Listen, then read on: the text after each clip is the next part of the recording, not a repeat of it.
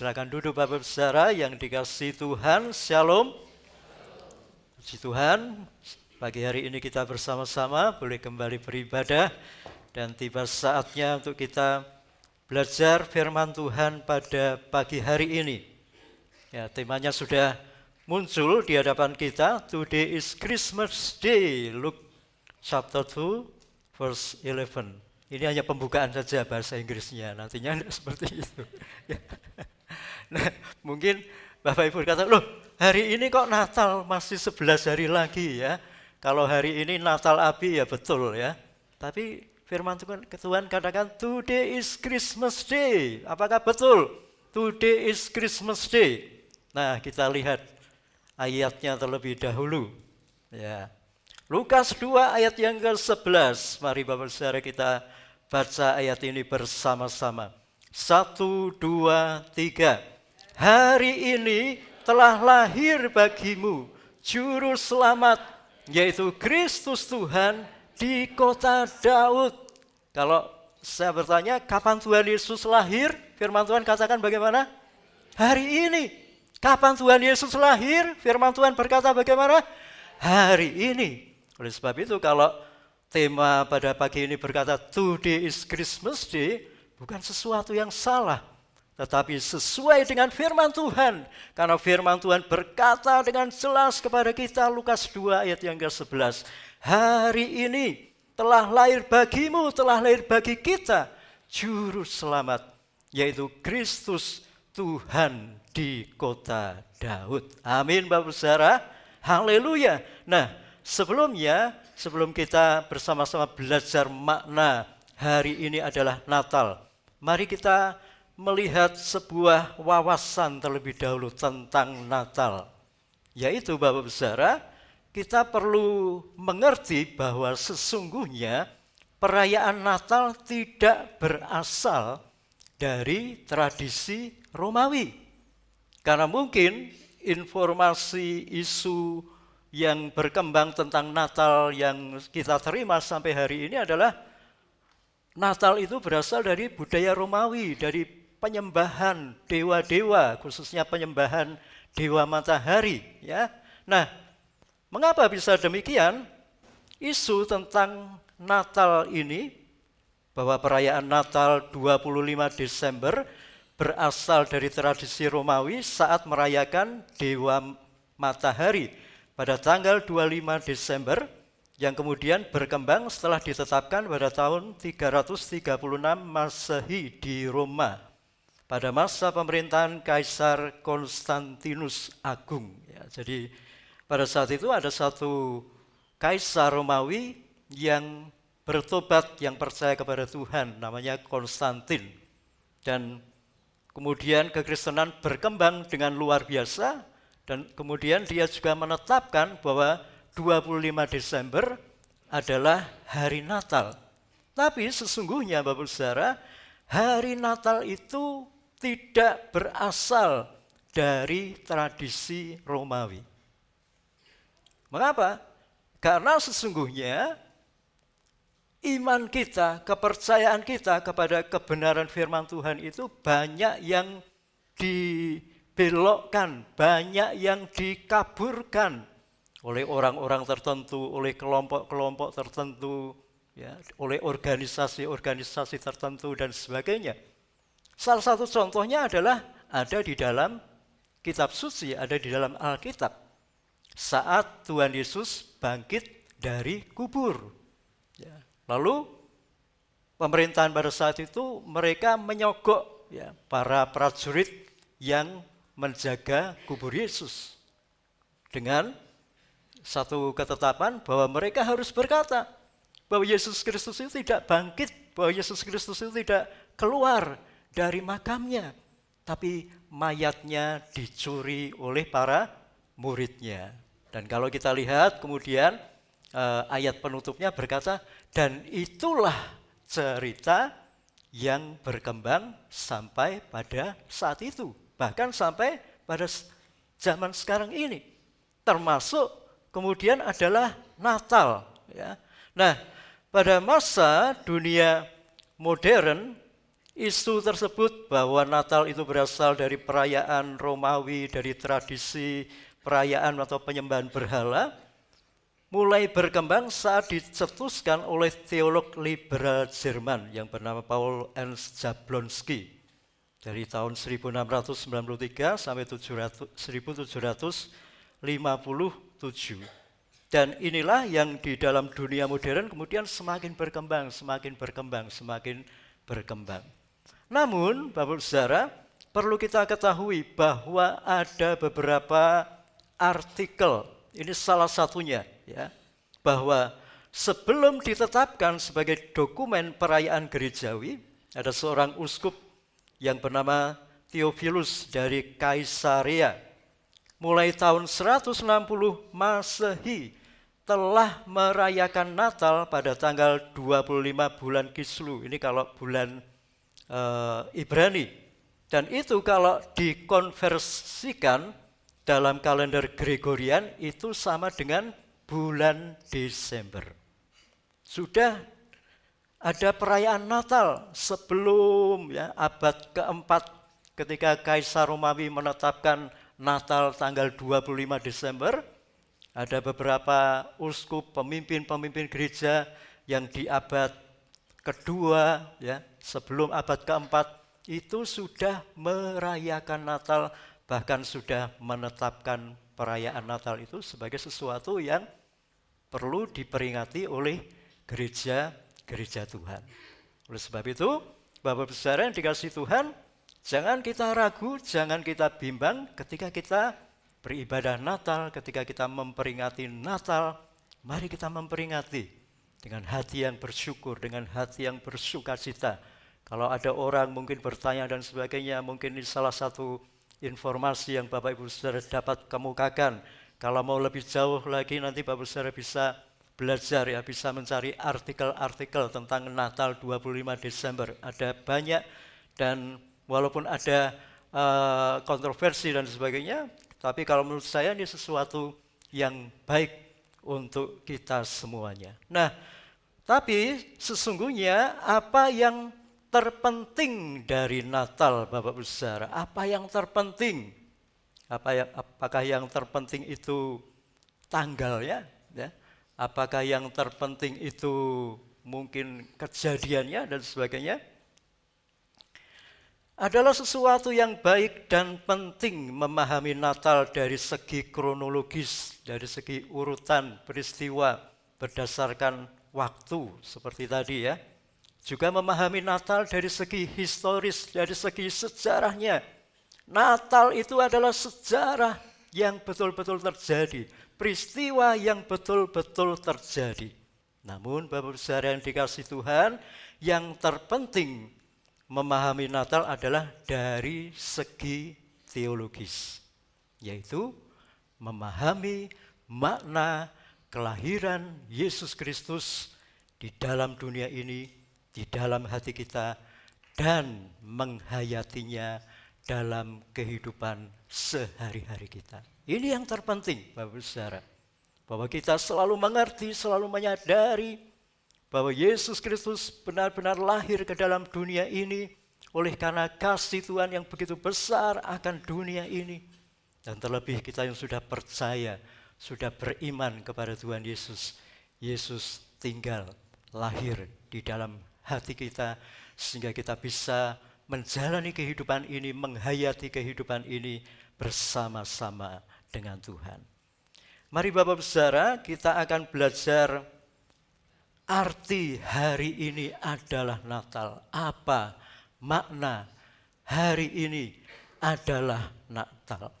Yang pertama Bapak Saudara, Yesus Kristus Juru Selamat tinggal di dalam kita, Immanuel, dan menyertai kita setiap hari. Matius 1 ayat yang ke-23, firman Tuhan berkata, sesungguhnya anak darah itu akan mengandung dan melahirkan seorang anak laki-laki, dan mereka akan menamakan dia Immanuel, yang berarti Allah menyertai kita. Ini makna Natal bahwa hari ini adalah Natal. Yesus Kristus, Immanuel, Dia tinggal di dalam hati kita, Dia tinggal di dalam hidup kita setiap hari. Immanuel dari dua kata atau dua suku kata, itu artinya di dalam, El itu artinya Allah. Allah yang tinggal di dalam hati kita. Allah yang selalu ada bersama dengan kita. Allah yang selalu menyertai kehidupan kita. Kapan Allah menyertai kita? Kita bisa belajar dari peristiwa Natal yang dicatat di dalam Alkitab. Ketika orang Majus sudah melihat tanda bintang yang khusus yang menandakan kelahiran Yesus Kristus, maka dimulailah perjalanan untuk mencari Yesus dan menyembah Yesus. Dan itu bukan sebuah perjalanan yang mudah, Bapak Saudara. Satu jarak yang cukup jauh dari timur. Timur itu kalau ditafsirkan itu sekitar Mesopotamia atau Persia. Kalau negara modern sekarang sekitar Irak atau Iran. Orang-orang Majus berasal dari situ dan mereka mau datang ke Bethlehem. Satu perjalanan yang sangat jauh, bukan perjalanan yang mudah. Ada bahaya di depan, ada bahaya bahkan di sekeliling mereka. Ada rasa capek, rasa lelah dan sebagainya. Tapi dalam perjalanan seperti itu, Allah menyertai, Allah menuntun langkah-langkah mereka. Sehingga pada akhirnya mereka bertemu dengan bayi Yesus dan menyembahnya. Demikian juga dalam kehidupan kita, Bapak Saudara. Allah, Immanuel, Yesus Kristus, Juru Selamat kita, menyertai kita di dalam perjalanan hidup kita. Kita bersyukur, ya, sebentar lagi kita akan mengakhiri tahun 2025. Dan hari ini kita bersama-sama bisa ada di dalam kasih anugerah Tuhan. Itu karena penyertaan Tuhan dalam hidup kita. Amin. Dan di tahun yang ke depan, Tuhan tetap akan menyertai kita. Walaupun mungkin kita akan menghadapi banyak tantangan. Walaupun mungkin kita akan menghadapi banyak hal-hal yang tidak kita mengerti. Tapi kalau dan ketika Yesus Kristus tinggal di dalam hidup kita, maka Dia akan memberikan kekuatan yang baru dalam hidup kita. Seperti pujian tadi, kekuatan di hidupku, ku dapat dalam siapa, Bapak Saudara? Yesus. Dia ada di dalam hidup kita. Itu yang perlu kita pahami. Tuhan tidak pernah meninggalkan kita. Walaupun kadang kita merasa, khususnya ketika kita menghadapi pergumulan, seolah-olah Tuhan meninggalkan kita. Mungkin kita banyak bertanya, Tuhan, di manakah Engkau? Tuhan akan menjawab, aku di sini, kamu di mana? Artinya apa? Justru kita yang sering meninggalkan Tuhan. Betul enggak kira-kira ya? Kadang kita mau berdoa saja rasanya bagaimana? Nah, mau baca Alkitab saja, membuka Alkitab seperti membuka balok yang besar. Ya, rasanya sesuatu yang berat dan sebagainya. Tapi kadang kita berkata, Tuhan di manakah Engkau? Oh, aku selalu ada di sini. Aku bahkan ada di dalam hatimu. Itu firman Tuhan yang perlu kita tangkap di dalam kehidupan kita. Dia, Immanuel, menyertai kita, tidak pernah meninggalkan kita. Sadari itu, Bapak Saudara. Jangan kita dikaburkan dengan apa yang kita lihat, dengan segala kondisi, situasi yang terjadi di dalam kita, di sekitar kita, sehingga kita lupa bahwa Allah ada di dalam hidup kita. Karena Allah tinggal di dalam hidup kita, maka kita akan merasakan damai sejahtera Tuhan setiap hari. Dan ini adalah arti hari ini adalah Natal. Yaitu merasakan damai sejahtera Tuhan setiap hari. Lukas 2 ayat yang ke-14, firman Tuhan berkata, kemuliaan bagi Allah di tempat yang maha tinggi, dan damai sejahtera di bumi di antara manusia yang berkenan kepadanya.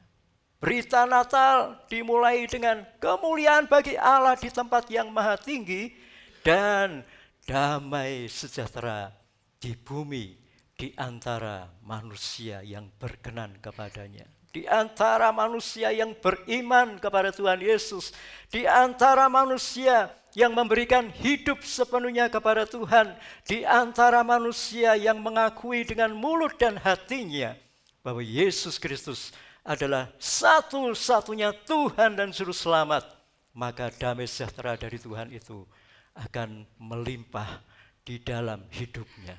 Mengapa? Sebab ketika seseorang percaya kepada Tuhan Yesus, dosa-dosanya diampuni, dia disucikan dari dosa.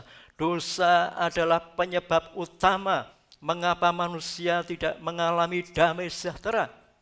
Dan damai sejahtera itu tidak bisa dibandingkan dengan kesenangan, tidak bisa dibandingkan dengan kebahagiaan. Mengapa? Karena kesenangan, kebahagiaan itu seringkali berdasarkan alasan-alasan tertentu. Mungkin kalau Bapak Besar yang pagi hari ini berangkat ke gereja naik motor, naik mobil dan sebagainya, ya berharap ketika sampai di pasar itu tidak macet. Ya, ketika tidak macet rasanya bagaimana? Wah, senang, wah puji Tuhan. Ya.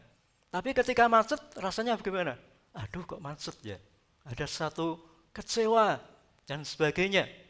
Saya pernah bertanya kepada ibu-ibu WBI kalau pertemuan PKK itu harapannya apa? Arisan. Wah, mesti itu ya. Warisan. Wah, sore-sore gasik ya, adus gitu. Wah, nanti untuk arisan ya. Harapannya seperti itu. Wah, dikopiok, ngopiok suwe banget ya. Tapi ternyata bukan namanya yang keluar. Rasanya bagaimana? Wah, tiwasaku adus gasik ternyata rento ya. Iya, kadang bisa seperti itu. Nah, itu namanya senang, itu namanya kebahagiaan berdasarkan situasi, kondisi tertentu. Tapi firman Tuhan berkata, damai sejahtera Tuhan itu melampaui segala akal. Amin. Meskipun keadaan, situasi, kondisi belum sesuai yang kita harapkan, meskipun ketika kita berdoa belum ada jawaban, tapi ketika kita tetap tinggal di dalam Tuhan, tetap menjaga persekutuan kita dengan Tuhan, damai sejahteranya itu melimpah dalam hidup kita. Amin. Itulah ciri kita sebagai orang percaya. Itulah ciri kita sebagai orang Kristen. Bahwa wajah kita, sukacita itu bukan berdasarkan keadaan, bukan berdasarkan tanggal tua, tanggal 6 dan sebagainya. Bukan, Bapak Saudara. Tapi karena Tuhan tinggal di dalam hidup kita. Dan kita percaya apapun yang terjadi dalam hidup kita, kita tetap akan mengalami damai sejahteranya. Seperti peristiwa-peristiwa Natal. Dalam peristiwa-peristiwa Natal itu ada banyak situasi-situasi yang bukan sesuatu yang mudah. Maria ya, harus mengandung sebelum waktunya. Sehingga dia beresiko ya, mengalami rasa malu di hadapan banyak masyarakat. Itu bukan sesuatu yang mudah. Orang-orang Majus ya, tadi mengadakan perjalanan dan sebagainya. Bahkan ketika Yusuf dan Maria mereka pergi ke satu tempat, ada ancaman, ada bahaya dari Herodes dan sebagainya. Menghadapi banyak masalah, menghadapi banyak bahaya, banyak tekanan, situasi-situasi yang tidak mudah. Itulah gambaran dalam kehidupan kita. Bahwa apapun yang terjadi dalam hidup kita, Dia akan memberikan sukacita, damai sejahtera dalam hidup kita. Sehingga sukacita Natal kita itu yang sesungguhnya, yang sejati adalah ketika kita semakin menyadari bahwa Yesus Kristus tinggal di dalam hidup kita. Ketika kita melihat dekorasi yang begitu indah ini, kita senang, kita bersuka cita. Ketika kita mempersiapkan acara berlangsung dengan baik, kita mengadakan perayaan Natal, kita bersuka cita. Dan itu adalah sukacita ketika kita menyadari bahwa Yesus Kristus tinggal di dalam kehidupan kita. Yang ketiga, Bapak Saudara, apa artinya hari ini adalah Natal? Yaitu setiap hari mempersembahkan hidup kita. Roma 12 ayat yang ke-1, ya. Persembahkanlah tubuhmu sebagai persembahan yang hidup untuk kemuliaannya. Lukas 2 ayat 14 tadi, ya. Kemuliaan bagi Allah di tempat yang maha tinggi, dengan setiap hari mengalami pembaharuan hati. Ibrani 3 ayat yang ke-7, ayat 8, ayat 15, Ibrani 4 ayat yang ke-7 berkata hal yang sama. Tetapi apabila pernah dikatakan, pada hari ini jika kamu mendengar suaranya, janganlah keraskan hatimu seperti dalam kegeraman. Allah selalu berfirman dalam kehidupan kita. Pagi ini kita belajar firman-Nya. Besok pun sesungguhnya kita kalau mau membuka hati kita, membuka mata hati kita juga akan mendengar suara Tuhan. Kita juga akan melihat kebenaran firman Tuhan. Di dalam Roma pasal yang kedua, firman Tuhan berkata bahwa Allah menyatakan dirinya itu melalui alam ciptaannya.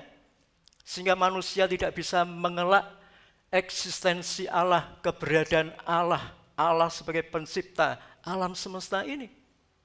Ketika kita melihat peristiwa-peristiwa, bisa saja Allah itu berbicara melalui peristiwa-peristiwa yang ada di sekitar kita. Ketika kita melihat bintang, ya, ada pujian, oh Tuhanku, ketika ku terpesona, ya, melihat alam ciptaanmu, maka jiwaku memujimu. Ya, ketika kita mendengarkan burung-burung yang berkicauan, ya, ada pujian, burung-burung berkicauan menyambut sang surya. Dur banget ya suaranya. Ya.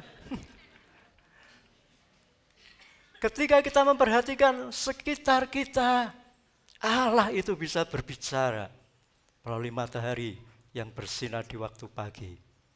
Ya, mengingatkan kita, janjimu seperti apa?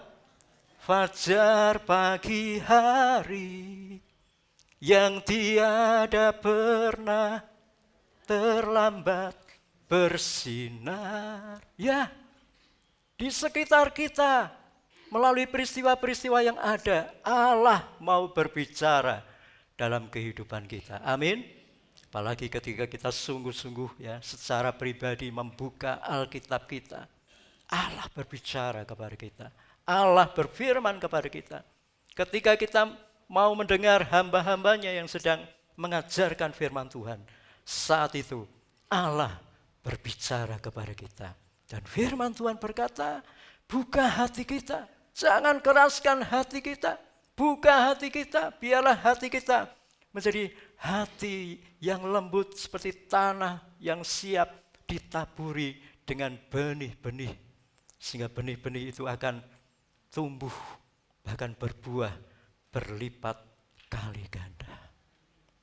Sehingga kita akan seperti Maria di dalam Lukas 1 ayat yang ke-38. Firman Tuhan berkata, kata Maria, sesungguhnya aku ini adalah, apa Bapak Saudara? Hamba Tuhan. Jadilah padaku menurut perkataanmu itu. Maria menyadari bukan sesuatu yang mudah untuk dia menjalankan tugas dari Tuhan, mengandung juru selamat, ya, secara manusia, menampilkan dirinya seorang wanita yang mengandung belum waktunya, menghadapi berbagai macam mungkin suara-suara, pendapat-pendapat tentang dirinya yang bersifat negatif. Bagi Maria itu bukan sesuatu yang mudah, bagi seorang wanita, apalagi mungkin wanita yang masih muda, belum berpengalaman dan sebagainya, bukan sesuatu yang mudah. Tapi Maria berkata, sesungguhnya aku ini adalah hamba Tuhan. Jadilah padaku menurut perkataanmu itu. Dalam kehidupan kita, ketika kita menghadapi sesuatu dan kita harus tetap melakukan firman Tuhan, mari kita belajar dari Lukas 1 ayat 38 ini.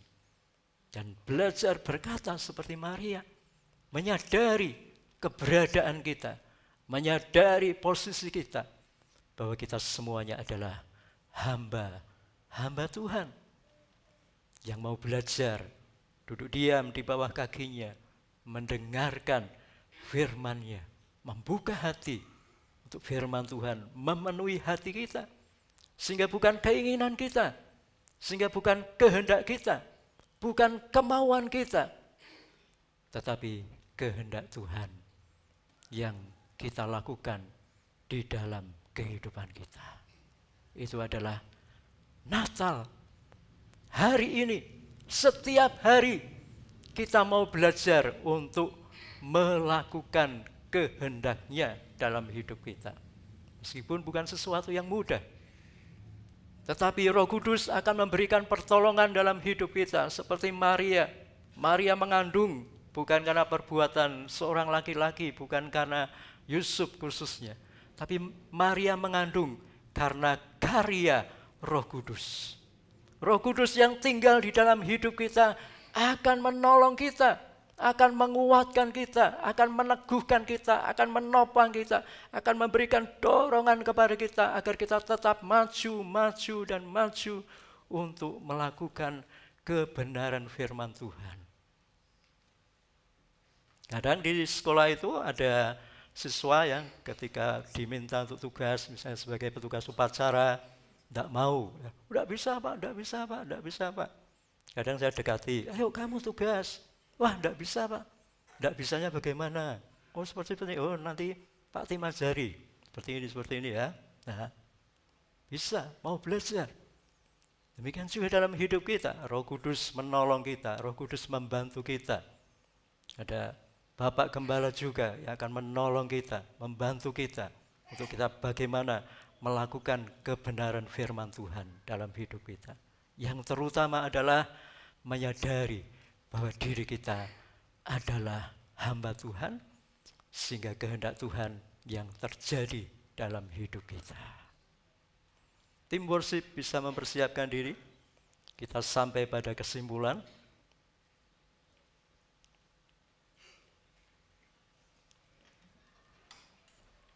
Hari ini adalah Natal,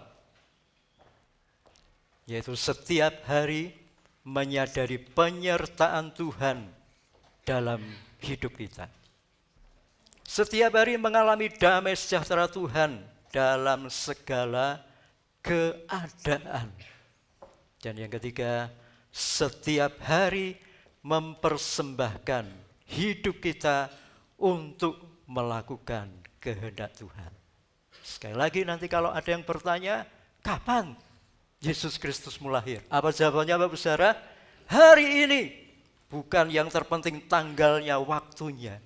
Tapi karena Yesus Kristus tinggal dalam hatiku, dan Bapak Saudara bisa menceritakan bagaimana Yesus Kristus yang tinggal dalam hatiku mengubah hidupku, memberikan damai sejahtera, memberikan sukacita, menyatakan penyertaannya dalam hidup kita. Amin Bapak Saudara. Haleluya.